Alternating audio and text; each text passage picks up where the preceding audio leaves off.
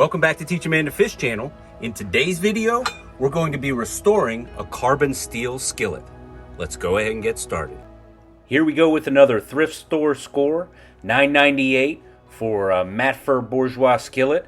Really rough shape, kind of scuzzy looking, rusted, and we're going to go ahead and restore this thing. They are nice skillets.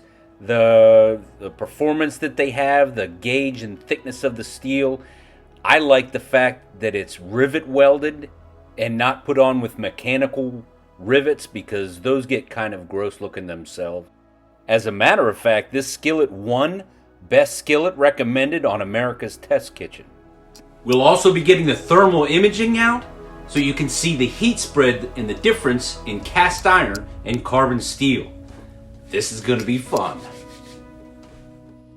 I like to save elbow grease, so in the first portion of our cleanup here, we're going to be doing an E-tank, which is simply passing electricity into the skillet, through the water, and into the sacrificial metal on the other end, on the positive side of the anode. And as those electrons pass out of the metal, it blasts off any rust, grease, grime, and does not hurt the skillet in any way. Those are actually hydrogen and oxygen molecules being released by the process. So I've got videos on all of these processes and how to do the cleaning. You can also use vinegar to eat away the rust, but like I said, you can see the effectiveness of this electrolysis tank. That's the gunk coming straight off that pan in one sheet, and that's difficult to get off if you're using elbow grease. This just over a period of about a day, day and a half, maybe 2 days, it all just comes right off. Stay tuned for my up and coming video. I also do a lot of cast iron videos, and we'll be doing a video on how to grill on a large square grill skillet, as well as I had a friend ask me, how do I keep my grill skillet so clean? So we'll be talking about that. Well, it's been 2 or 3 days, and we're going to go ahead and pull this out. Take a look at the effectiveness of that. Remember what it looked like. All of that rust, gunk were down to bare metal, ready to apply some seasoning. There was a little bit of tarnish left on the surfaces, and the best way to get to the bottom of that is this right here, Barkeeper's Friend. Extremely effective, and you'll just watch all the rest of that staining and tarnish disappear with just a little bit of light scrubbing with a cloth.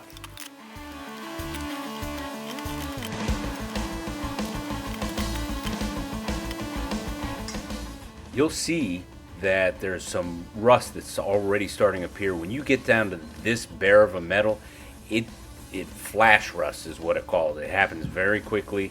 So you want to go ahead and get a light coating of oil on that skillet quickly to stop the rust. Next up, you've got that light coating of oil on.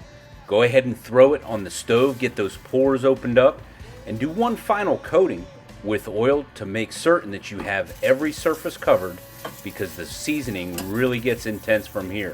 As a matter of fact, it already starts when you get it on the stove and open those pores up.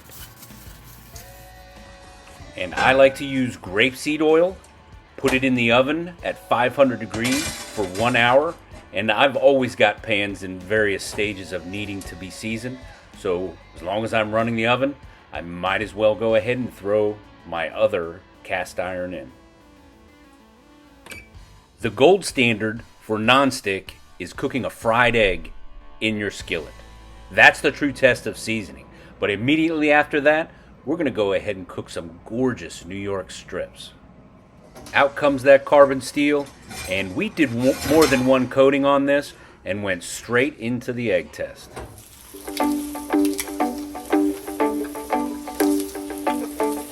Let's head out to the grill. Some of this high temperature, smoky, oily cook I like to do outside, and if you don't have one of these portable grills, this thing is 15,000 BTU, and I'll put a link to all of the equipment and some of the things that we use in this video. You can go to the Amazon links in the description and order them, but cooking outside is the way that I go about this because it just eliminates all that smoke in the indoors. Oh yeah, fresh rosemary. So you've watched the process of how we put this together. Go to my other video if you want. This video is not about cooking the steak, but this is the most amazing steak that you're ever going to eat, is done in this process, whether it's a carbon steel or a cast iron skillet. My other video explains it to the T in detail. It's really easy to understand why professional chefs and restaurants use these carbon steel cookware. It's very forgiving, it's lightweight, it's efficient. It's definitely something you want to have in your arsenal in your kitchen. If you get one of these carbon steel skillets without the silicone on the handle, you can put it in the oven at just about any temperature that you want to cook at. They're indestructible.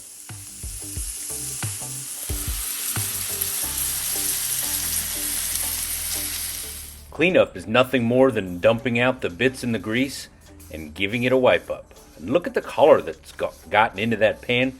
It's not true seasoning at this point with the cooking, but it does get better and better over time. Another option, if you do have some really strong baked on bits, is while the skillet is still hot, just give it a blast with some water, and that blasts everything off, and then you just do a wipe down and make certain you go over to the oven, do a reheat, a quick wipe down with oil, and put it away for storage. That's all it takes. People say that it takes a lot of maintenance, but that's not true. It's just a little bit of wipe down, a couple of extra steps, and really no harder than any other skillet that you clean. Quick cast iron and carbon steel secret: use a coffee filter to spread the oil around. It doesn't leave the little fuzzy bits that paper towels leave on your skillet. We're not done with this meal yet. We've got to cook some other things in our new skillet to go along with this steak. If you've got tips and tricks on your seasoning process, do me a favor, put it in a comment down below. That way all of our watchers can benefit from what your process is and the experience that you have. Told you we had some more sides to make. Some potatoes and some gourmet mushrooms in a red wine sauce. Give you a quick view of what you're going to be looking at through a normal lens, and right in through here is where I'll show my hand in between the two pots to give you the relation. Sometimes it can be tough to tell in the thermal. So right in here is the center of the two pans. This pan is the carbon steel, and over here is cast iron.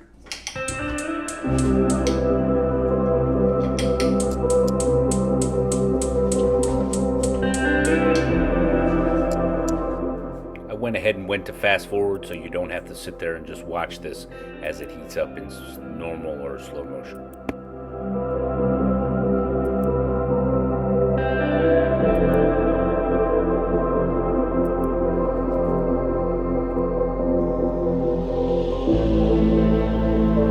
So you can see we're already starting to hit that temperature 500 degrees. And there we are, already starting to get some smoking over here. The last thing I cooked it down was with butter. You can actually see that that acid in that wine did a little bit of abuse to the seasoning that I had in there. So before I do any more abuse to these skillets, I'm going to go ahead and turn it off. There he goes, a thermal example. I'd love to hear from some of you from the scientific standpoint as to what was going on with the spread of that heat, because I don't know all the science behind it, but that was pretty interesting to me. So much goodness sitting on this plate. I wish you could all be here to eat it with me. So YouTube says that this video is perfect for your viewing habits. This is my latest upload, and over here is a playlist of cast iron cooking that you might just enjoy. I hope you liked it.